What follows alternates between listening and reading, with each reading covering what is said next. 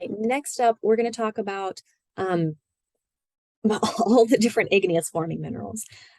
We know that the largest class of minerals on Earth is silicates. That the same is true for igneous forming minerals. Most of them are silicates, meaning most of them have that silicate tetrahedron in their crystal lattice. And because there are so many silicates, we're going to group them based on their structure type, and that's often where we're just going to stop, right? So I might say that this mineral is a pyroxene, right? And that means it belongs to the pyroxene group, meaning that the tetrahedron combine in a single chain in the crystal lattice, but I might not break it up any farther than that. Same thing with amphibole, right? I might say this mineral is an amphibole, right? Meaning that the crystal lattice bonds in a double chain, but I might not go any deeper than that. Likewise, layer silicate, right? A layer silicate forms an infinite sheet of tetrahedron. That's very similar or very common of like micas, clays, and things like that.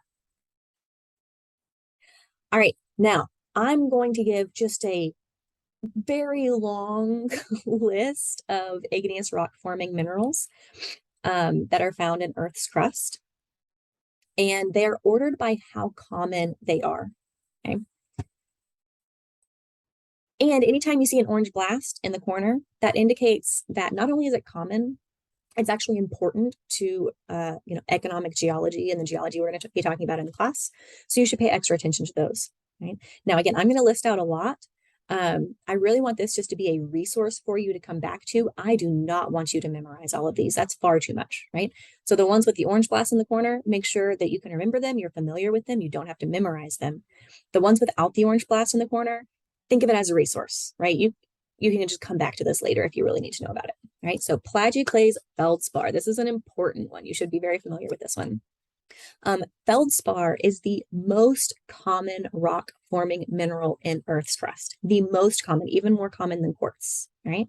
And feldspar actually has a lot of different types of minerals within it. So feldspar is a group of minerals. Plagioclase feldspar includes albite and anorthite, right? And they're super common in Earth's crust, and because of that, we use them for a lot of economic resources. They're used in concrete, asphalt-based pavement, countertops, paints, plastics, rubber, glass, ceramics. They're all over the place. They're super common.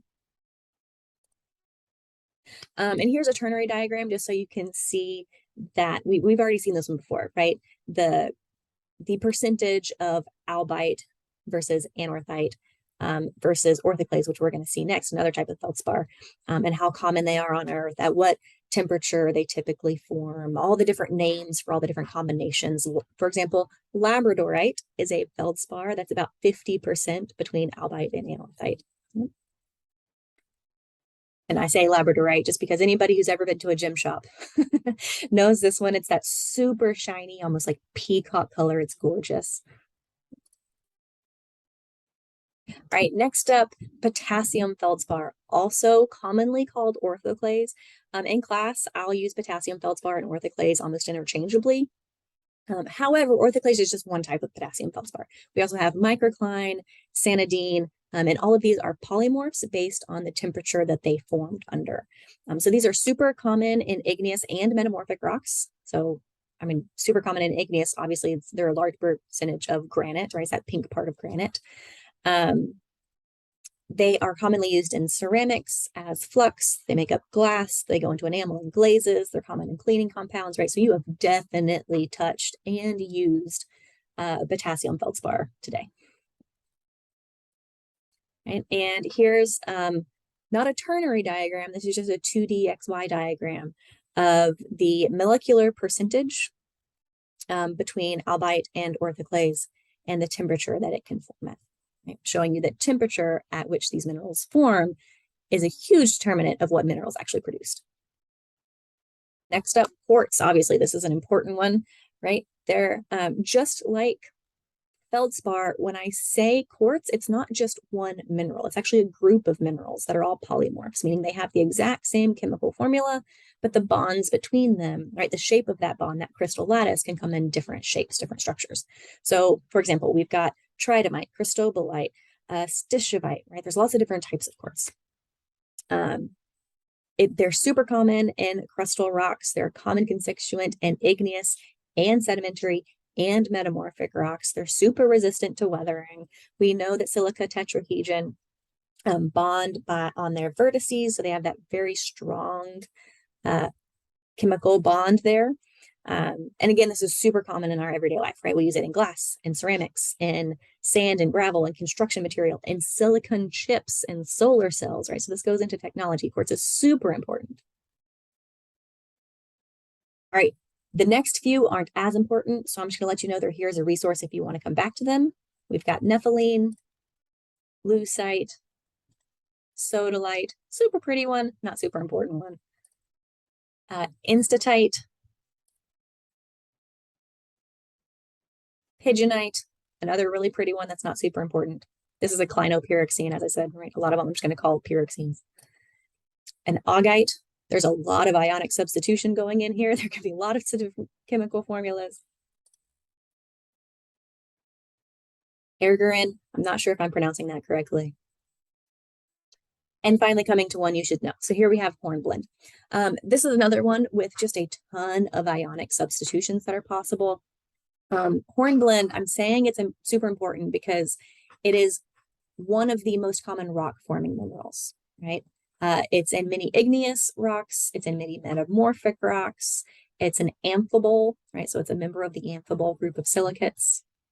And it's really common in road building, and it's also used in decoration a lot. All right, next up, Muscovite. This is another important one. So you should be familiar with Muscovite. This is a type of mica. It's that silver mica. There's a lot of aluminum in it, which gives it that silvery color, which makes it felsic. It's part of the mica group, which means it's a layer silicate, right, forming that thin layer of tetrahedron. It's used in a lot of paints for its glitter and cosmetics, also a lot of electronics. Right, another one that's not super important, Flagopite Biotite, you need to know. This is the brother of Muscovite. This is the mica, the layer silicate that is dark in color. Again, it's one of the most common rock-forming silicates we have. You'll often find it in granite. There are no commercial uses for this one. Whenever we're going to use mica for a commercial use, we typically use Muscovite. But biotite has many of the same properties. It's just not as common in large sheets. Olivine, you should definitely know olivine. So this one is super common in mafic igneous rocks, which means you are less likely to find it on the surface of the earth, but way more likely to find it deep inside the earth in the mantle. This is actually the mineral that gives the mantle its green color, right? It's that green part of the rock, peridotite, which makes up the mantle. It's got a glassy luster. We also use it as a really hard, like foundry sand or for blast cleaning, things like that. Zircon.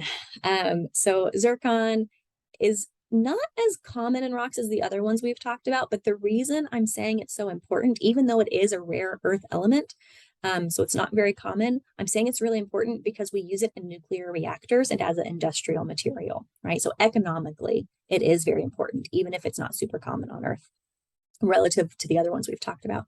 It's also important because it's what we use to date Earth, right? So you've heard that we think the Earth is, 4.6 billion years old, and the oldest rock ever found on Earth has been dated to 4.37 billion years old, right? Those are from zircon crystals. So we actually have crystals. We have, like, you could physically hold a crystal today, a zircon crystal today, that is 4.37 billion years old, right? That's how we date how old the Earth is. And meteorites, right? Those two, chondrites. All right, tourmaline, another one with just tons of ionic substitutions. This one's really common in granite and other metamorphic rocks. And even though it doesn't really have a strong industrial purpose, it does come up a lot in the jewelry industry. It's a common gemstone. Here we have Alanite, Melalite, Magnetite. This one's important. Super common in igneous sedimentary and metamorphic rocks. It can be concentrated in the heavy mineral fraction of plastic sedimentary rocks. So if you've ever been out on the beach and you've seen that, strips of the dark colored sand, Magnetite might be in that. It is strongly magnetic. So the next time you go to the beach, bring a magnet with you, see if any of the sand sticks to your magnet. And the reason this one's important is because, as you see in its chemical formula, it has a lot of iron inside of it. There's Fe3O, right? So it's majority iron. So this is a source for iron for the steel industry. This is a lot of times what we mine for iron. Next, we have chromite, hematite. This is another important one. Again, super common in igneous and sedimentary rocks. And it is also very important for the iron ore industry and the steel industry. This is another one that has a lot of iron in it. It's Fe2O3. Iron is Fe, right? So a lot of mining companies might mine hematite in order to get the iron out of that ore.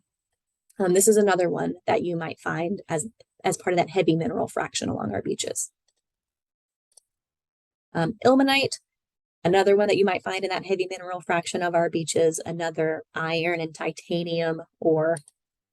Rutile, Uranonite, Pyrite. Again, y'all know this one, it's fool's gold. It's common in all sorts of rocks, and we mine it as a source for sulfur, right? And we need sulfur for industrial products, medicinal products. It's super common in fertilizer. So we can actually mine pyrite to get sulfur out of it. Okay. Here we have Periodotype, Calco pyrite, very similar to pyrite, just added copper. Apatite, this one, another common rock forming mineral, and it's a major source of phosphate for fertilizer. So another mineral that we might mine in order to extract the phosphate from it, from that ore. All right, there we go. There is your list, very, very long list of minerals. Again, really only pay attention to those ones that I've said were really important with that orange blast. The rest are just for your reference to have. All right. See you in class.